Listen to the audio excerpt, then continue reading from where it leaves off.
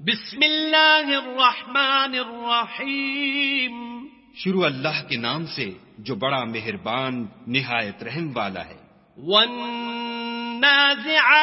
غرقا، ان فرشتوں کی قسم جو ڈوب کر کھینچ لیتے ہیں، والناشطات نشطا، اور ان کی جو آسانی سے کھول دیتے ہیں، والسابحات سبحا، اور ان کی جو تیرتے پھرتے ہیں، فالسابقات سبقا، پھر لپک کر آگے بڑھتے ہیں، فالمدبرات امرا، پھر دنیا کے کاموں کا انتظام کرتے ہیں، یوم ترجف الراجفہ، کہ وہ دن آ کر رہے گا جس دن زمین کو بھونچال آئے گا، تتبعها الرادفہ، پھر اس کے پیچھے اور بھونچال آئے گا، قلوب یومئذ واجفہ، اس دن لوگوں کے دل خائف ہو رہے ہوں گے، ابصارها خاشعہ، اور آنکھیں جھکی ہوئی، یقولون ائنا لمردودون فی الحافرہ، کافر کہتے ہیں کیا ہم الٹے پاؤں پھر لوٹیں گے،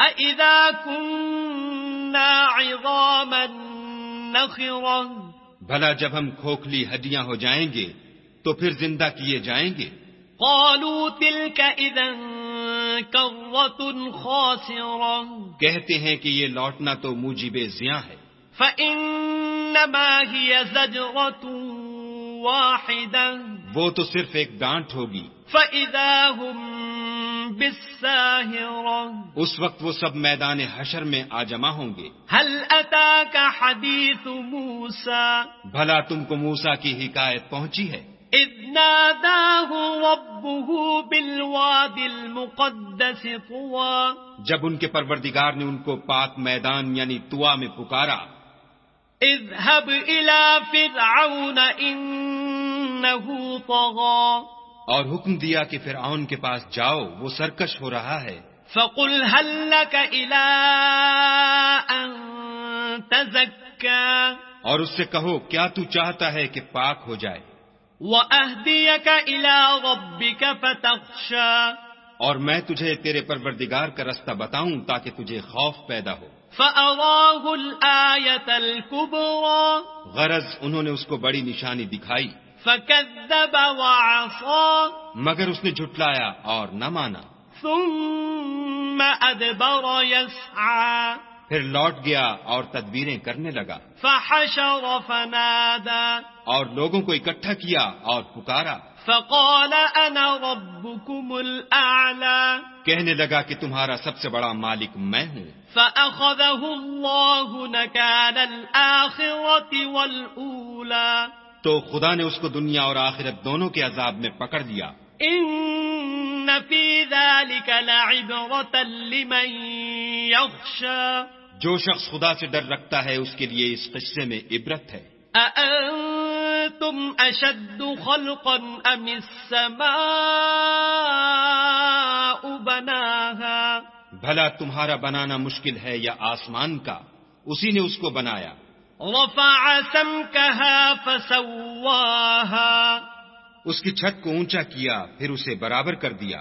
وأغطش ليلها وأخرج ضحاها، اور اسی نے رات تاریک بنائی اور دن کو دھوپ نکالی۔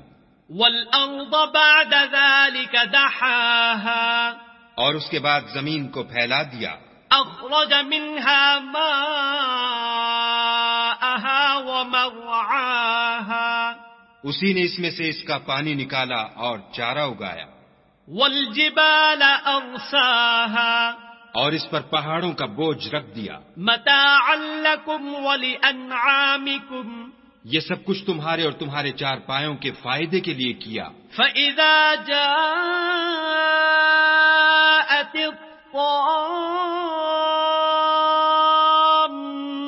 الكبرى، تو جب بڑی آفت آئے گی، يوم يتذكر الإنسان ما سعى، اس دن انسان اپنے کاموں کو یاد کرے گا۔